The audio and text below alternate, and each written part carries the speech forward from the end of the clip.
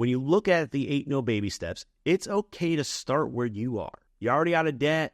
You already have a fully funded emergency fund. You can skip to no baby step 4. I will say when you start looking at steps 4, 5, 6, and 7, they're not necessarily linear. What's going to happen is you might do a little bit of piece of each as we go along.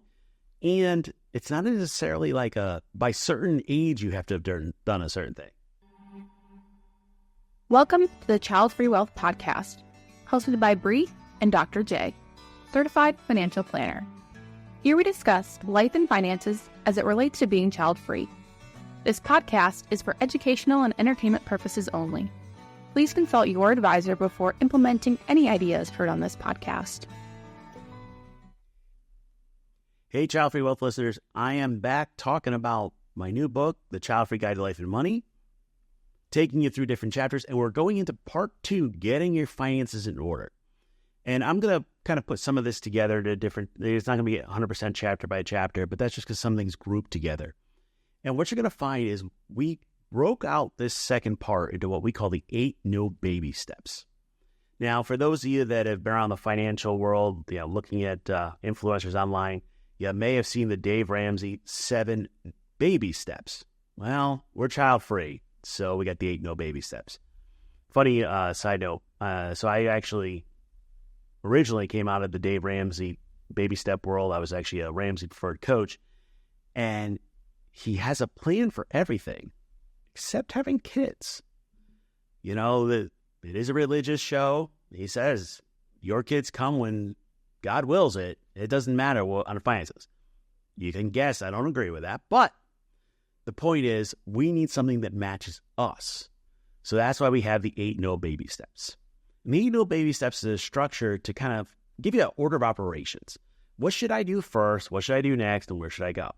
The first 3 steps are in order. The next ones kind of get bunched together. And you can see the first 3 steps are very similar to the Ramsey baby steps. Step 1 is start our emergency fund. Our recommendation is 1 month of expenses. That's just enough so that when shit happens, you're okay. No baby step 2 is getting out of debt. That is often the hardest for many people. It's a mindset shift, but it's also has to be a deliberate effort. Step 3 is to build a fully funded emergency fund of about 3 to 6 months. Then we go into things that change. So no baby step 4 is save and invest towards your goals. So it's not necessarily always saving towards retirement, but it is saving towards what matters to you. Mine happens to be getting on a boat traveling the world, so that changes the way my investing goes. Yours is whatever you want, but that's going to be impacted by your life plan, so I hope you did that first. No baby step 5, getting your insurance right. Whole bunch of things that being child-free changes in your insurance, so we'll dive into that. No baby step number 6 is estate planning, which is, your will, your power of attorney, who's going to be your executor, who's going to make decisions for you when you can't, which is really, really important for child-free folks and doubly important for soloists. No baby step 7, plan for parents or mom and dad.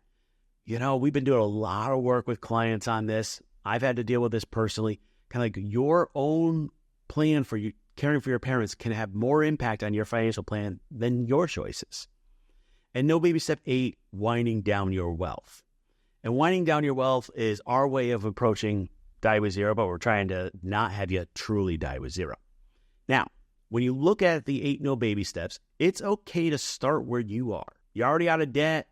You already have a fully funded emergency fund. You can skip to no baby step 4. I will say when you start looking at steps 4, 5, 6, and 7, they're not necessarily linear.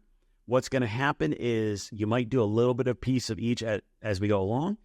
And it's not necessarily by certain age you have to have done a certain thing. Estate planning, I really want you to do now. I don't care what age you are.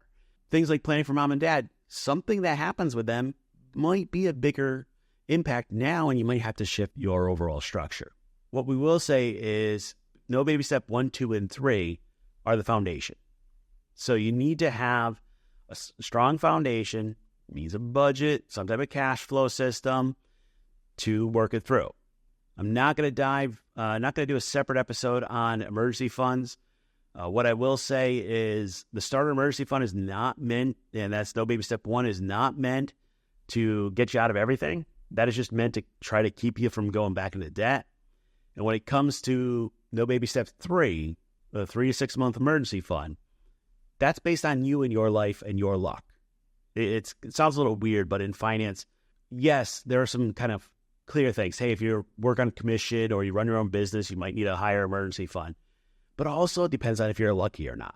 Like if you're one of those people that just random things happen to, that's kind of me. You need a 6 month emergency fund. If you're in a very stable job, nothing random happens to you in your life, you might be able to do a 3 month emergency fund. Keep in mind, emergency funds we keep in a high yield savings account. Nothing fancy. We don't want to invest in the market. We don't want to take risks with it. We just want to have it there when we get there.